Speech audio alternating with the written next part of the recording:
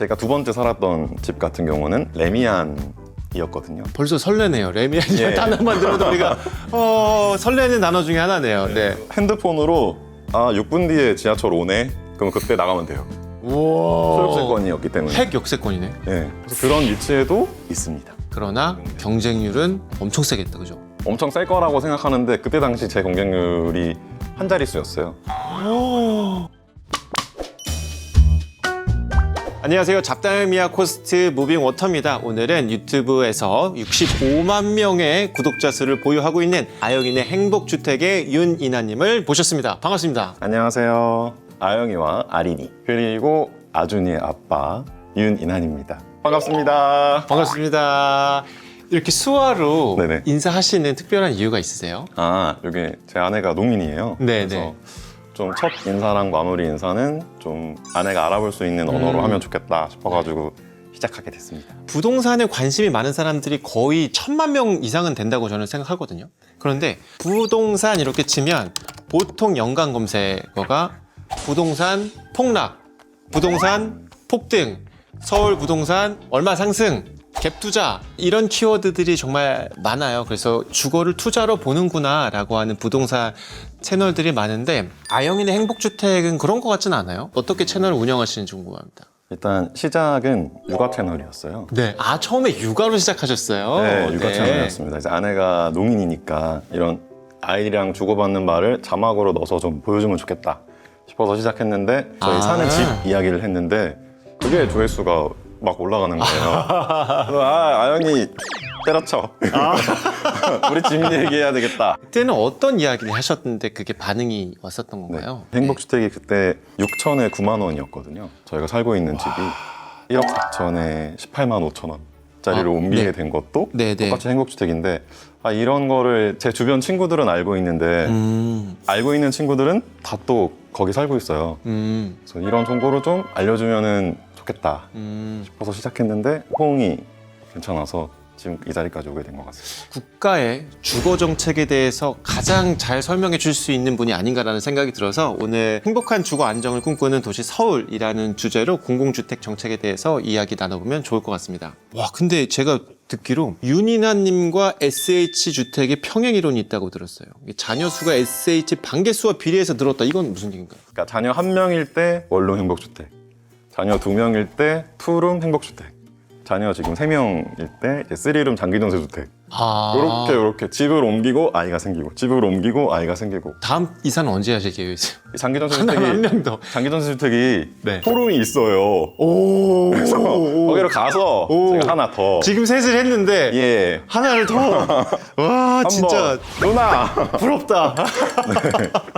그러면 SH 이제 장기 전세 주택으로 들어가셨다고 하는데 장기 전세 주택이 어떤 건지 한번 설명해 주시면 좋을 것 같아요. 장기전세주택이 이제 중산층들 할 수 있는 공공임대주택이라고 이해하시면 가장 좋을 것 같아요. 모든 공공임대주택 중에서 가장 보증금이 비싸고 오. 소득 기준이 가장 완화되어 있고 그런 유형입니다. 집 크기도 흔히 얘기하는 방 3개, 화장실 2개, 9평, 네, 9평 요것도 많이 있고요. 5구제곱, 8사제곱 이렇게 큰. 네, 59, 74, 84, 또 114까지 그런 유형입니다. 정말요? 와, 네. 이거는 진짜 모르시는 분들 되게 많을 것 같아요. 대부분 공공주택은 작은 원룸이겠지라고 생각할 것 같은데 그렇진 않네요. 그러면 위치는 다 안 좋겠지. 저쪽 외곽에 있거나 그렇겠지라고 생각할 것 같은데 실제로는 어때요? SH에서 건설하는 물량은 좀 그럴 수 있어요. 택지 네네. 개발을 하다 보니까 물론 당연히 네. 그럴 수 있죠. 서울에 남은 땅이 없기 때문에 택지 개발하다 보면 외곽 쪽으로 짓는 것들이 있는데 네. 서울시에서 기부 채납받거나 선매입하는 물량들이 있거든요. 네. 그런 거는 이제 우리가 알고 있는 브랜드 단지에 속해 있습니다. 제가 두 번째 살았던 집 같은 경우는 레미안이었거든요. 벌써 설레네요. 레미안이 예. 단어만 들어도 우리가 설레는 단어 중에 하나네요. 네, 네. 그래서 핸드폰으로 6분 뒤에 지하철 오네? 그럼 그때 나가면 돼요. 우와. 소욕세권이었기 때문에. 핵 역세권이네. 네, 그런 위치에도 있습니다. 그러나 경쟁률은 엄청 세겠다, 그죠? 엄청 셀 거라고 생각하는데 그때 당시 제 경쟁률이 한 자릿수였어요. 작은 유형으로 선택했고 또 와. 많이 뽑는 곳을 선택했기 때문에 정보가 이래서 좀 중요한 것 같아요. 그러면 그 인프라를 같이 누릴 수 있는 거네요. 맞아요. 거기가 1900세대 되는 단지였는데 엄청 대단지네요. 안에 카페가 2개 있고 뭐 사우나, 뭐 골프 하시는 분, 키즈 카페 뭐 이런 게 다 있어요. 와. 그거를 동일하게 누릴 수 있어요. 그거 진짜 혜택이다. 맞아요. 이거 몰라서 못하면은 지원도 못하면 너무 안타깝겠다. 그런데 그 집이 1억 4천에 18만 원이라는 사실. 그런데 일반적으로 공공주택에 한번 도전해볼까라고 섣불리 생각하지 못하는 사람도 있어요. 왜냐하면 그걸 잘 모르니까. 네네. 특정 계층만을 위한 거지 날 위한 건 아니야 라고 생각하시는 분들이 되게 많을 것 같거든요. 실제로는 맞아요. 어때요? 제가 할 수 있는지 몰랐어요. 이런 댓글이 굉장히 많아요. 나도 대상자인가요? 네, 헐 또- 약간 네. 이런 거네. 네, 아까 행복주택 얘기했는데 행복주택 소득이 연봉으로 치면 5,180만 원도 할 수 있거든요. 엄청 높네요. 미리 내 집. 장전 2, 요 같은 유형 같은 경우에는 1억 1,800이거든요. 소득 네. 기준이 부부 합산 1억 1억 1,800. 부부 합산으로 예. 엄청 크다. 4인 대박. 가구시잖아요. 네. 1억 8천 소득.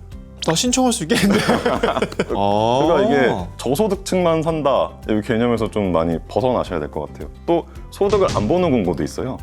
아 그래요? 허그 든든 전세주택이나 네. 든든 들어가는 유형들이 좀 소득이 많이 완화되어 있어요. 실제로 지금 17, 18, 19, 20, 21, 22, 23, 24, 25, 26 이제 거의 9년째 네네. 살고 계신 거니까 장단점을 누구보다 잘 알고 계실 것 같아요. 크게 두 가지로 볼 수 있을 것 같은데 네. 일단 가격. 그 가격은 어쩔 수 진짜 네. 대박이지 진짜. 네, 가격이 근데 보증금이랑 임대료만 생각할 수 있는데 네. 관리비도 저렴하거든요.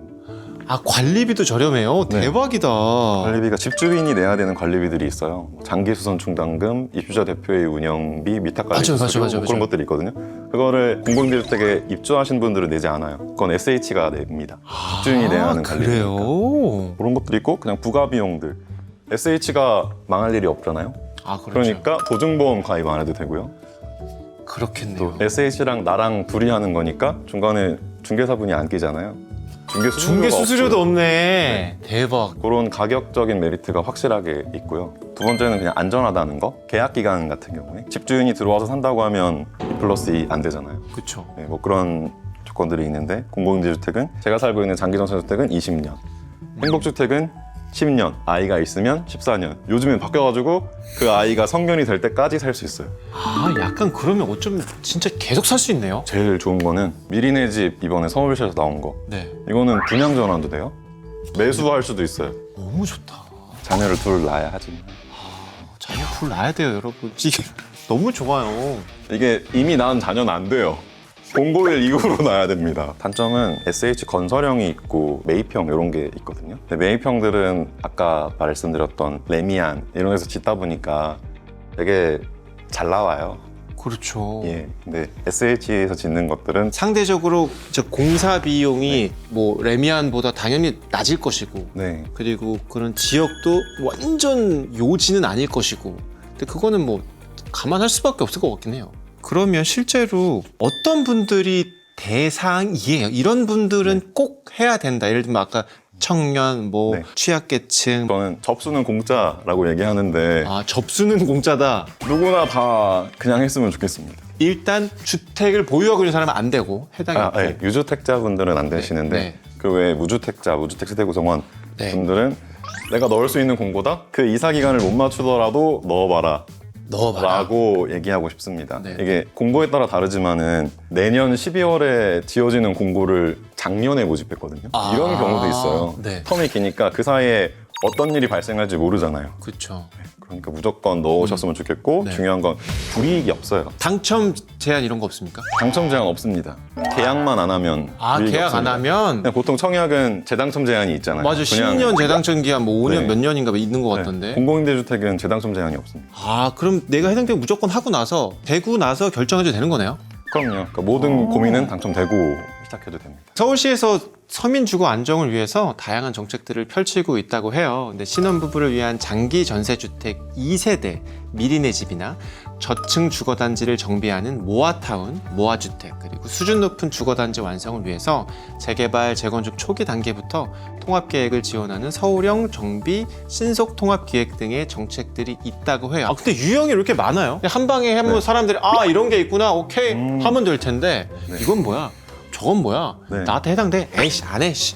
약간 이렇게 될 것 같아요. 맞아요. 그래서 요즘에 나오는 게 통합 공공임대주택이라고 다 섞어가지고 나오게 하는 거를 준비 중에 있고 그 중에서도 가장 피부에 와닿을 것 같은 게 취약 가구 맞춤형 임대주택 사업이 있다고 해요. 네. 이 윤이나님도 이런 유형의 임대주택에 살고 계시는데 이거 어떤 정책인지 한번 소개시켜주면 좋을 것 같아요. 최근에 이제 이슈가 되고 있는 신혼부부를 위한 미리내 집, 제가 살고 있는 장기전세주택 1 유형으로도 또 모두 다 포함된 유형이거든요. 네네. 그게 요즘 1인 가구가 되게 늘어나면서 가구 형태도 많이 다양해지고 네. 또 수요가 되게 다변화되다 보니까 서울시에서도 이런 변화에 맞춰가지고 공공임대주택을 맞춤형으로 제공하고 있는 것 같아요. 네. 그래서 높은 집값으로 어려움을 느끼는 분들이라면 이 서울시 공공주택을 통해서 주거 고민을 좀 해결해 보셨으면 좋겠습니다. 구체적인 서울시 공공주택 정보가 궁금하신 분들은 SH 서울주택도시개발공사 홈페이지를 통해서도 임대주택 공급 계획이나 인터넷 청약 같은 정보를 확인해 보실 수 있어요. 그리고 또 참고하면 좋을 인터넷 누리집이 있죠. 서울시에서 서울주택 정보마당이라는 걸 열었는데 이게 또 서울 주택 시장을 한눈에 볼 수 있는 사이트라고 해요. 이게 지역별로, 뭐 주택 유형별로, 뭐 전세가율, 전월세 전환율, 전월세 예측 물량 이런 거를 확인할 수 있으니까 이사를 준비하시는 분들이라면 참고해 보시면 좋을 것 같습니다.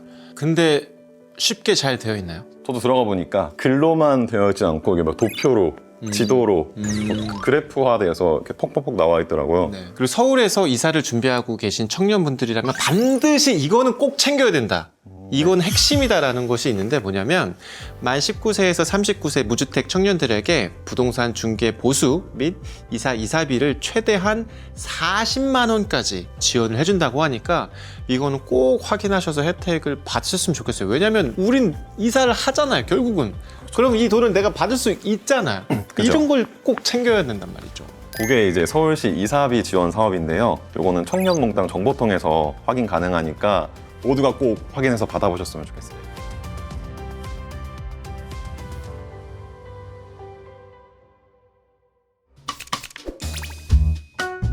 최근에 드라마도 있었잖아요. 서울 자가의 대기업 다니는 김부장 이야기인가? 네. 그런 드라마가 굉장히 큰 화제를 일으킬 정도로 서울의 집 한 채 갖기라는 건 모두의 그런 로망인데 사실 쉽지 않잖아요. 사실 언감생심이고 우리 지금 청년들은 어떤 생각을 가져야 되는 건가요? 접수는 공짜라고 사실 했지만 타겟을 정해가지고 맞춤형으로 좀 접수를 하셨으면 좋겠는데 네네. 공고문을 보다 보면 그냥 랜덤 추첨으로 뽑는 공고가 있고 네. 점수가 필요한 공고가 있고 그런 것들이 있어요. 네. 수능 볼 때 가군, 네. 나군, 다군 뭐 이렇게 해서 상향 네. 지원, 하향 지원 이런 것들을 하잖아요. 네. 공공임대주택도 상향 지원, 하향 지원을 좀 하셨으면 좋겠어요. 추첨제랑 가점제가 있다고 하셨는데 네네. 어떤 식으로 그럼 구분하면 좋아요? 네. 행복주택, 뭐 장기 미임대, 매임대주택, 네. 뭐 든든 전세주택 이런 거는 추첨이니까 상향 지원을 하고 네. 청년 매입임대주택, 장기전세주택 2, 장기전 1, 국민임대 이런 유형들은 점수나 배점이 있는 거기 때문에 과거 커트라인을 볼 수가 있어요. 난 무조건 강남 살아야 돼 이렇게 하지 말고 그런 거를 보고 나한테 맞는 걸로 좀 맞춤 지원을 하셨으면 좋겠습니다. 오늘 아영인의 행복주택 윤이나님하고 서울시 주거정책에 대해서 이야기를 해봤는데 오늘 어떠셨나요? 오늘 너무 즐거웠고요. 여러분들도 이 내용 보시면서 공공임대주택 이런 것도 있구나, 주거정책 이런 게 있었구나. 그래서 접수는 공짜니까 모두 시도해 보셨으면 좋겠습니다. 이 제스처 되게 재밌어요. 여러분들 수고하셨습니다. 오늘 잡담의 약은 여기서 마무리하도록 하겠습니다. 고맙습니다.